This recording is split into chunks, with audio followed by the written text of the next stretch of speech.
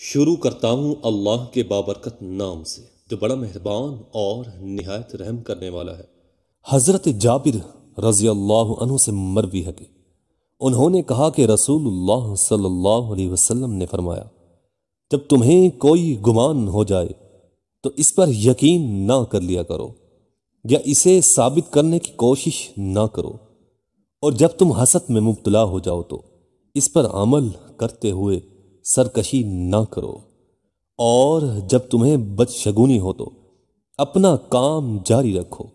اور اللہ پر ہی بھروسہ رکھو، اور جب وزن کرو تو پلڑے کو مزید جھکا دو۔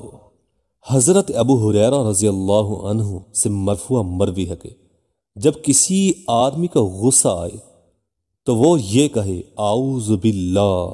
میں اللہ کی پناہ میں آتا ہوں، تو اس کا غصہ ٹھنڈا ہو جائے گا۔ حضرت عبدہ بن ابی لبابہ مجاہد سے، وہ عبداللہ بن عباس رضی اللہ عنہ سے مرفوعاً بیان کرتے ہیں کہ جب کوئی مسلمان اپنے مسلمان بھائی سے ملتا ہے، اس کا ہاتھ پکڑ کر مصافحہ کرتا ہے تو اس کی انگلیوں سے خطائیں اس طرح جھڑ جاتی ہیں جس طرح خزاں کے موسم میں درخت کے پتے جھڑ جاتے ہیں۔ عبدہ کہتے ہیں کہ میں نے مجاہد سے کہا، یہ تو بہت آسان ہے۔ مجاہد نے کہا، یہ بات نہ کہو، کیونکہ اللہ تعالی نے اپنی کتاب میں فرمایا، اگر آپ زمین میں موجود سب کچھ خرچ کر دیتے تب بھی آپ ان کے دلوں میں الفت پیدا نہ کر سکتے،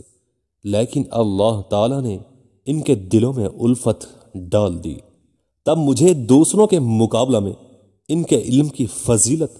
اور کثرت علم کا پتہ چلا۔